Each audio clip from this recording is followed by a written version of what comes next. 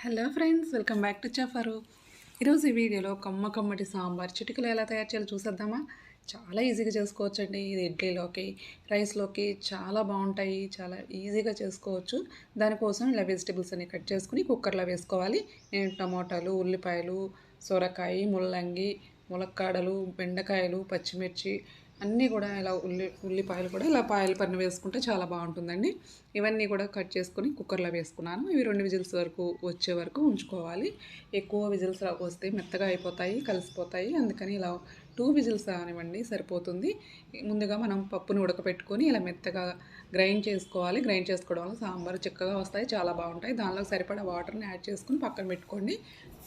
చూడండి, మొక్కలన్నీ కూడా చక్కగా ఉడికిపోయినాయి కదా. దీనిలోకి మనం తగినంత ఉప్పును వేసుకోవాలి.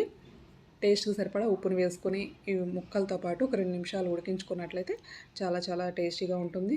ముందుగా ఈ ఉప్పు, కారం, పసుపు అన్నీ కూడా వేసుకొని మనం ఇలా ఉడికించుకోవాలి. మీకు కనుక ఈ వీడియో నచ్చితే లైక్ చేయండి, షేర్ చేయండి, సబ్స్క్రైబ్ చేసుకోండి. పక్కన బెల్ మీద ప్రెస్ చేయండి. అలా ప్రెస్ చేయడం వల్ల నేను కొత్త వీడియో పెట్టగానే మీకు వెంటనే వీడియో నోటిఫికేషన్ వస్తుంది. మీరు వెంటనే వీడియోని చూడొచ్చు.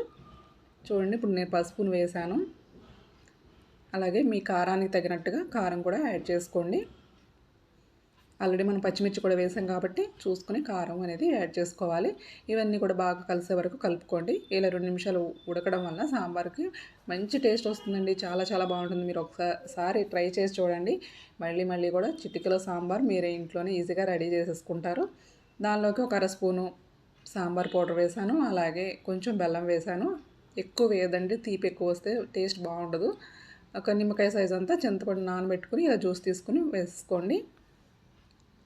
మీరు ఉప్పు, కారం, పులుపు కనుక కరెక్ట్గా వేసుకోగలిగితే చాలా బాగుంటుందండి. మనం ముందుగా గ్రైండ్ చేసి పెట్టుకున్న ఈ పప్పు ఉంది కదండి, ఉడకబెట్టి మెత్తగా మిక్సీ వేసుకుంటే సాంబార్ చిక్కగా ఉంటాయి, చాలా మనకి రుచిగా ఉంటాయండి. మీరు కూడా తప్పకుండా ఇలా ట్రై చేయండి.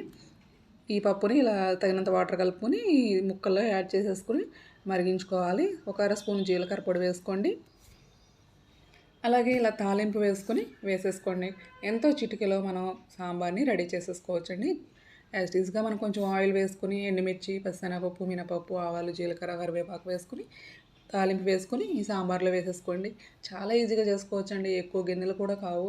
ఇలా కనుక చేసుకుంటే, ఇలా ప్లాన్ చేసుకుంటే మనకి ఎప్పుడు కావాలంటే అప్పుడు చిటికెలో సాంబార్ని రెడీ చేసుకోవచ్చు. అలాగే వేరే ఇడ్లీలోకి, రైస్లోకి సూపర్గా ఉంటాయి. ఇలా 4 పొంగులు రానిచ్చి కట్టేయడమేనండి. చాలా ఈజీ ప్రాసెస్.